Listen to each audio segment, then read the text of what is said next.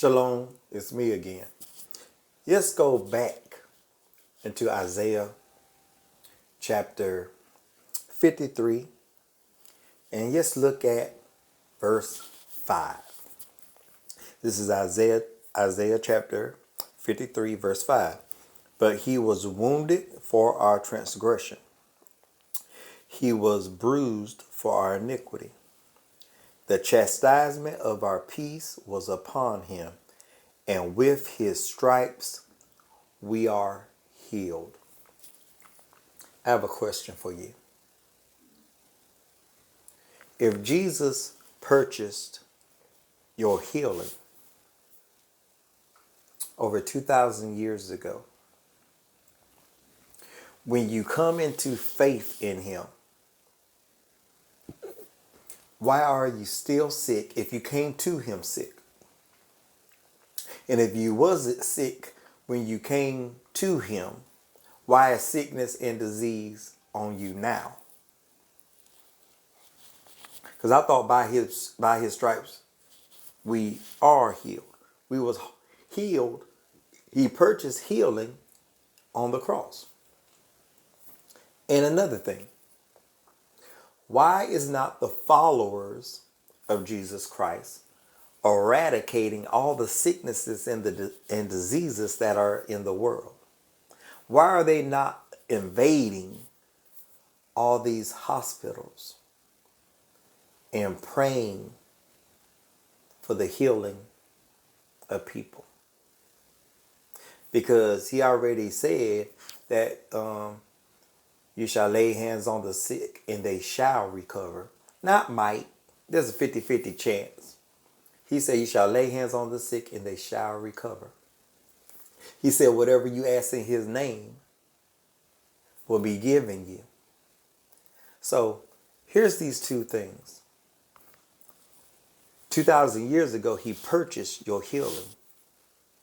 Because remember, by his stripes, we are healed. That's what it says in Isaiah 53. And you say it's talking about Jesus.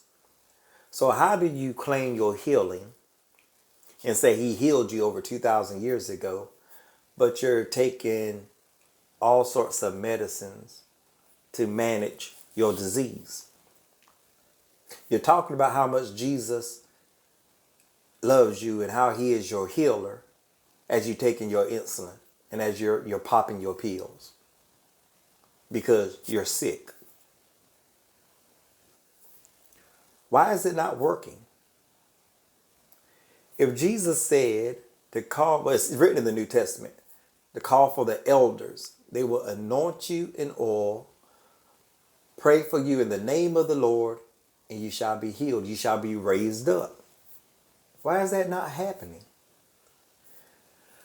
It would be a worldwide story if all these anointed mega pastors and even the simple laymen went into all these churches, hospitals, cancer wards, terminal illness, went everywhere where all the sick people was, went on the streets where the sick and the lame is. It will be worldwide news if they all went out there doing the works of their Messiah, praying for people's healings, praying that God will raise people up from the dead. Because remember, the works he did, greater works than these shall you do also. That's what he said. So if he was able to raise the dead and heal the sick, open blind eyes, shouldn't you be able to do it? Because he said, the works that he did, you shall do greater because you believe in him. So if these things are not so, have you asked yourself why they are not so? Have you questioned the pastor, the evangelist, the teacher, the apostle, the prophet? Have you questioned any of the fivefold ministry on this? When is the last time they say anything about we're going to shut the church down this Sunday and we're going to go into these hospitals or we're going to do the work of the Lord. We got to let these people know that by his stripes, you are healed. And plus, he told us we're so anointed that we could lay hands on the sick and they shall recover. When's the last time you heard your pastor say, that's what the church going to do? That's what he's going to do. And I need some of my deacons, I need some of my mothers to accompany me as I go in here and we do the work of the Lord. Me and several pastors, we're going to network together. And all this week, all this month, all this year, we're just going to go out and do the work of the Lord. Why are these things not happening? Why are you sitting on all this power and this anointing that the gospel says you have? I love to ask questions. Asking questions help produce answers. Asking questions also brings someone to another place of awareness, because you might present them with a question they never thought about themselves. That will help them come closer. That will help them get out of that which they are in. If they will ever be bold enough to answer the question, because the answer is right before their face.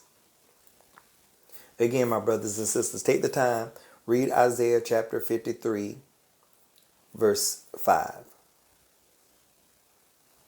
Because remember, I'm not a novice to this. I was a Christian for over 20 plus years. I was a minister, ordained apostle, ordained minister within the church. I'm not a novice to this. I was taught this. I taught it. And I even wondered why, when I was within the church, why are these things not so? Not sprinkle events, one here, two there. Why was it not just an overflow? Why? Have you ever asked yourself that for real? Or are you too scared to ask yourself these questions? Are you too scared to challenge leadership? It's not about being disrespectful. It's about wanting truth. It's about not having the wool pull over your eyes. Challenge them. Question them on these things.